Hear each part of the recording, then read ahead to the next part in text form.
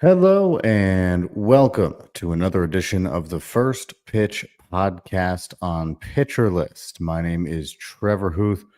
Appreciate you being here. What do you say we jump right in, of course? And as always, starting with the news. Tyler Glasnow was pushed from his start due to back stiffness. That meant Shohei Ohtani got moved up and started in his place.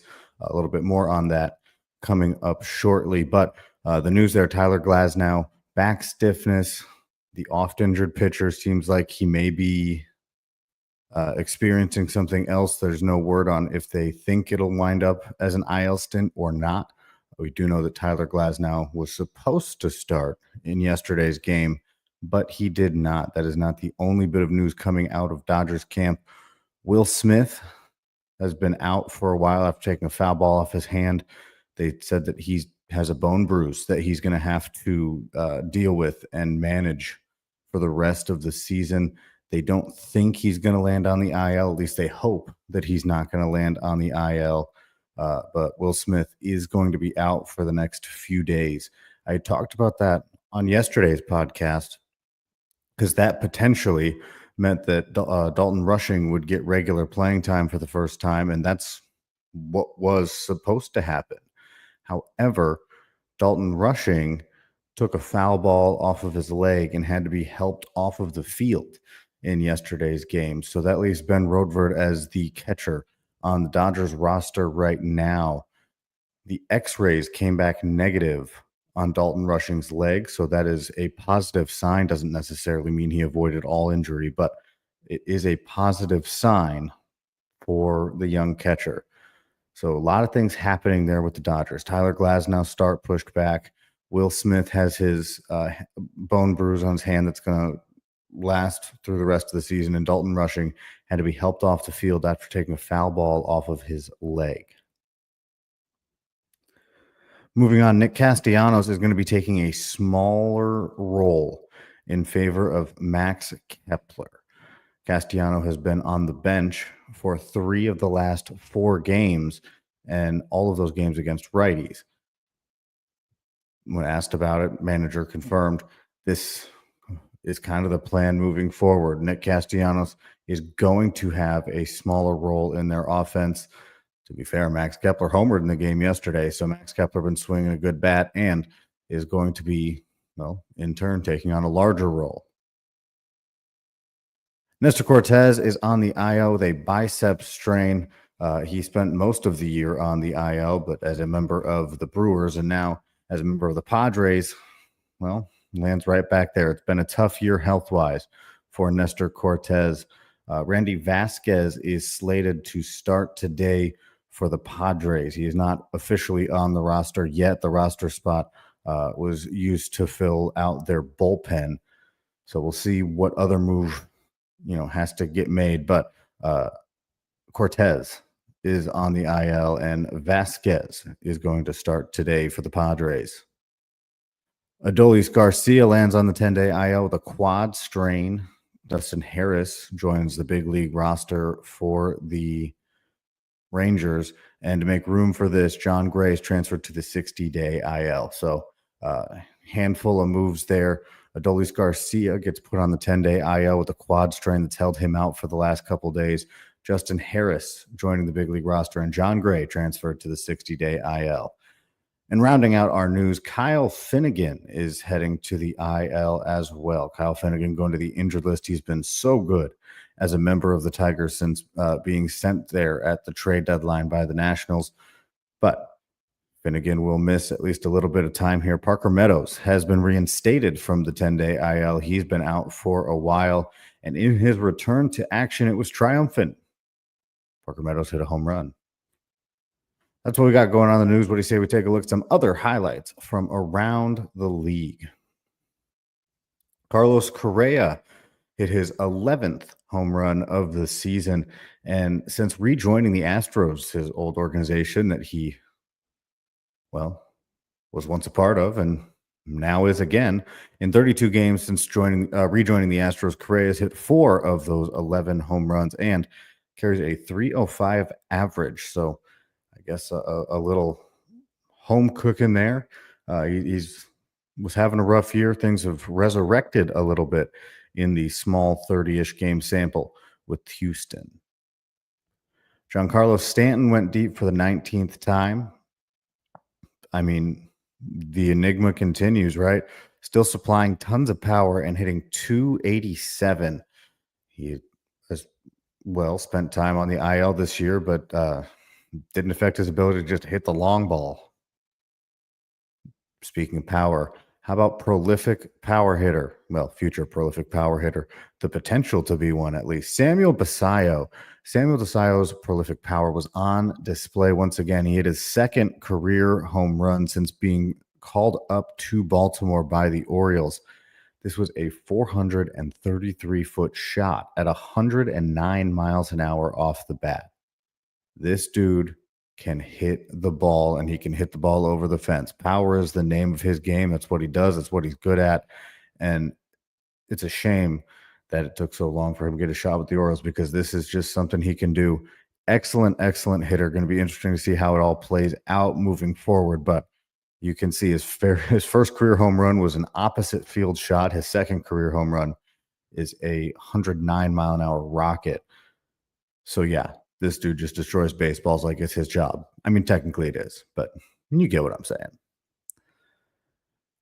Colson Montgomery. Who is Colson Montgomery? This is not at all what I thought would happen or what seemed like it would happen. Colson Montgomery hit another home run in yesterday's game. That makes 2 in as many games, 19 on the season since being promoted to the White Sox.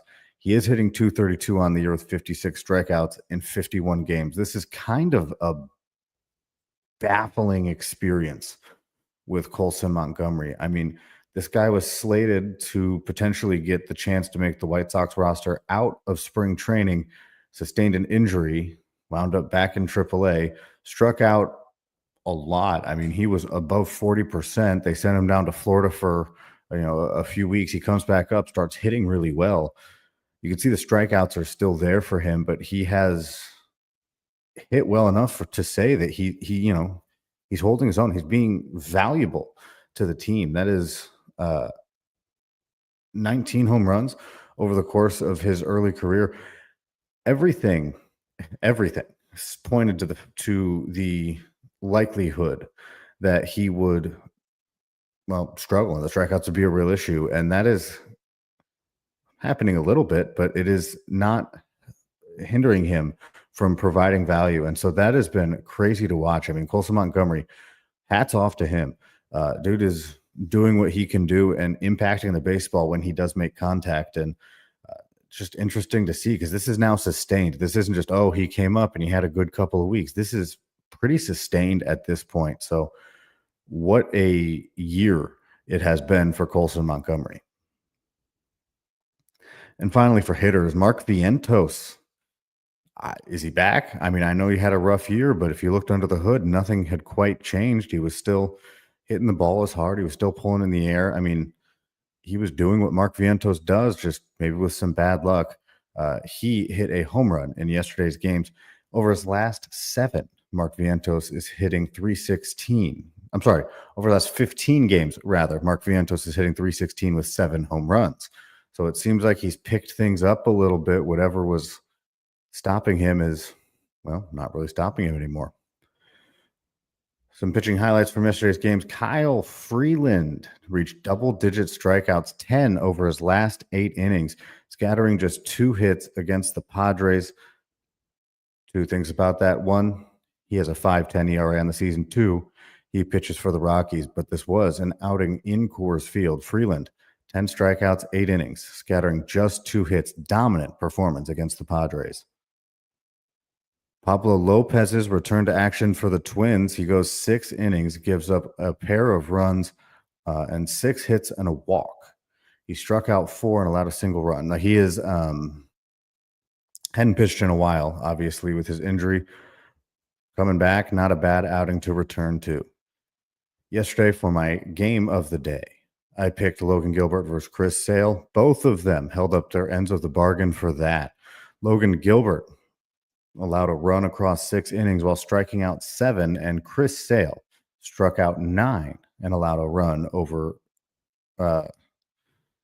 6 and 2/3 innings. So both had great games. Both did what they had to do. Both provided some strikeouts, and both only allowed a run. So yeah, that was a pretty good game. Those guys, turns out they can still pitch. Kevin Gossman lasted 8 innings in his outing yesterday. Struck out 5 while allowing a run. He's been solid all year. I mean, he's been pretty steady Eddie for the most part this year, especially lately. I mean, he's just defining what he has been all year. A 3.13 ERA with 40 strikeouts over 46 innings in his last 7 starts. So Kevin Gossman just, well, for lack of a better term, being Kevin Gossman. And finally, for pitching, I had mentioned earlier in the podcast that Tyler Glasnow was dealing with back stiffness. So that pushed him off of the start yesterday and pushed Shohei Ohtani up from when he was supposed to start on Monday. So Ohtani threw 3 and 2/3 shutout innings with 5 strikeouts, and he was in the lineup at the same time. That's right. We went old school, I guess, hitting and pitching. He went 0 for 3 with a walk at the plate. So if he'd hit a home run, I think the baseball world would have exploded.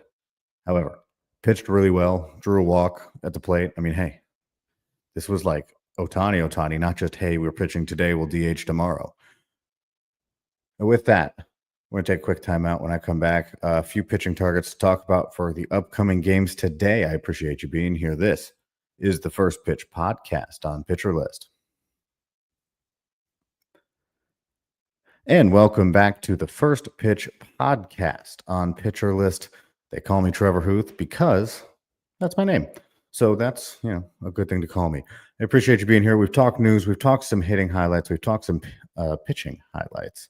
Let's take a look at some of the upcoming games today. Several fun names on the mound that I'm not even going to mention, but it will be a fun day for pitching around the league, including Jonah Tong returning to the mound for the second of his MLB starts. He's going to be pitching against the Reds in Great American Ballpark. I got to tell you, this is one I was wrong on. I thought that it was going to be a rough go for him in his debut. I didn't trust the command. I guess I should have, because there were strikeouts, there were not any walks, and he looked fantastic in his first Major League Baseball game. That makes it all the more exciting that he's got another one coming up today. So Jonah Tong versus the Reds, definitely a fun matchup. Trevor Rogers, I've talked about him probably ad nauseum on this podcast, because since coming back from injury, he's just been so good. And you can look up the numbers anywhere. I've spewed him off a bunch. The numbers are crazy. Well, he's going to put that season to the test against Yoshinobu Yamamoto and the Dodgers. This is going to be a tough test for him. I guess we're going to see if Rogers actually made giant steps forward. Not that he hasn't had tough matchups already. He has. But the Dodgers, obviously one of the tougher tests, if not the toughest test you are going to face as a pitcher. That's what we got coming up. That should be a pretty fun one itself. Trevor Rogers versus Yamamoto. Justin Verlander is going to be taking on the Cardinals lineup. So decent matchup for him. And it's been kind of a rough go for him this year as the veteran. Isn't the guy he used to be necessarily, but he is coming off of an outing where he put together 10 strikeouts in 5 innings against Baltimore. So he's feeling something, and maybe he can bring that in against the Cardinals lineup that is very beatable. So based on his performance, he's probably someone who can be streamed. It seems like, did well last time out, got a good matchup. Seems like a decent option if you're needing innings here, as in the stretch run, or potentially even in the playoffs, depending on your league format. And finally, the matchup of the day. This one's pretty straightforward. Jesus Luzardo versus Sandy Alcantara. Luzardo is, he's Jesus Luzardo. He's going to be really good. Maybe not. That's who knows? It's one or the other. There seems to be no in between. But Luzardo has been good this season, as he usually is. And Sandy Alcantara has had a rough year, but if you look at what he's been doing lately, it seems like he's getting back to form after coming off of his long injury last season. So if he's returning to form, you got him going up against Luzardo. Going to be a fun matchup to watch. With that, I would like to remind you to check out pitcherlist.com. We have the top 100 pitchers from Nick, top 100 hitters from Scott, and of course, the top 100 reliever lists from Rick, and all the other great written content that is coming out there all the time from people that are way smarter than me. So make sure to check that out, pitcherlist.com. And with that, I will see you guys tomorrow. My name is Trevor Hooth, and this has been another edition of the First Pitch Podcast on Pitcher List.